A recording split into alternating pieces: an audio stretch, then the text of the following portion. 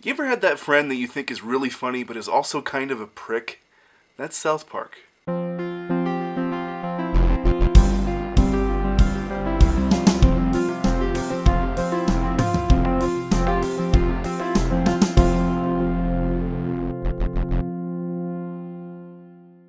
How you doing today? My name is Ryan, and this is Down to Business Reviews. This week for Movie Club, we watched South Park, Bigger, Longer, and Uncut, directed by and starring Trey Parker as well as Matt Stone and Mary Kay Bergman.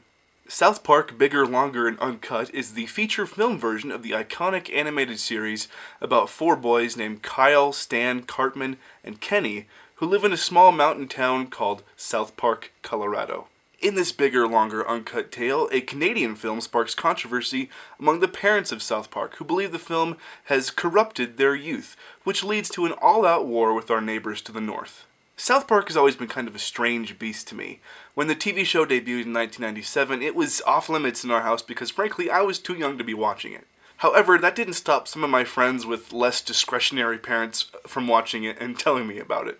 A few years into the show, I was finally independent enough / sneaky enough to catch an episode here or there, and I always found it, at best occasionally funny and at worst extremely childish. I've seen most of the really popular episodes from mid-2000s onward, like the Scientology episode, the infamous shit episode where they could say shit on TV, the one with Man Bear Pig. So, I've seen enough to pick up on a South Park reference when it's made in a social situation. What I find really fascinating about this movie is that it is very much self-aware and is basically a metaphor for the TV show itself and all the controversy that it's raised over the years. It knows that it's offensive, and it knows that you're stupid for watching it if you're easily offended. South Park is essentially, in its very basic form, an extremely vulgar social commentary peppered with fart jokes. I'll be the first to admit that social commentaries and parodies or pasquinades, thanks Siri, are really important to thinking critically about the world around you. And with South Park, absolutely nothing is off limits. Race, religion, sexuality, politics, eventually everyone will find something by which they are offended. And that brings us to the rights and wrongs with South Park, Bigger, Longer, and Uncut. So what did South Park do right? When South Park is funny, it can be really funny. As long as you don't find yourself on the wrong side of the fence for the topic of the week, there are some genuinely funny moments. True, some of them appeal to the lowest form of comedic value, but I'm not above a good poop joke. The music in the film is also, very well executed and snappy, if not incredibly vulgar. But Blame Canada was even nominated for an Oscar. Yeah, this is an Academy Award nominated musical. Just let that sink in. The film raises a valid point in that if you find a TV show or a movie or video game offensive and you don't want your kids to, witness or take part of it, you have the right and responsibility as a parent to not let your kids watch that thing. I think these guys know that, and they're willing to call you out for being a lousy parent if you let your kids watch it.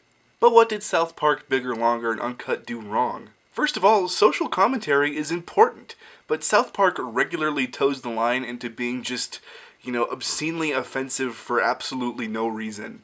Some people would call it, boundary pushing and their creative right as, artists, and others would call it, 20% funny, 80% incredibly childish. I think that Trey Parker and Matt Stone are aware that, South Park is just a cartoon show, they don't take themselves too seriously, but, it gets to a point when you satirize every single thing on the planet, every single group, you start to wonder, who do these guys think they are? Do they think they have some, transcendental insight into why all of these things are stupid and they have some intellectual high ground to make fun of everyone? It can make them out to be incredibly arrogant. To be fair, there are some things they make fun of that I honestly believe should be made fun of, but sometimes it's just mean.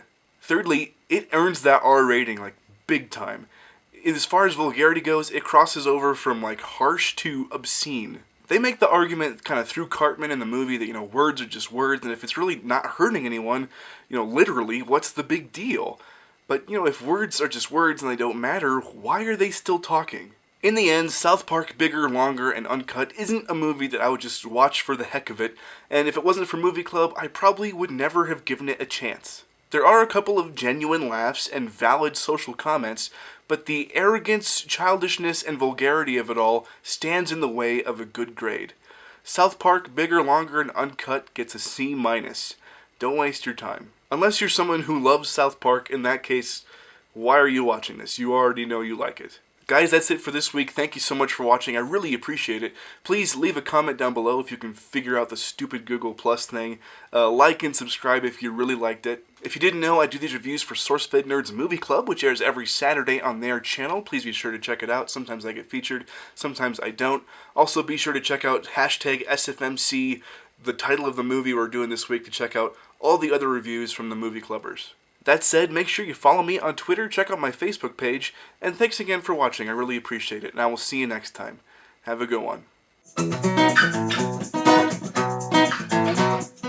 definition of pasquinade is a composition that imitates or misrepresents somebody's style, usually in a humorous way.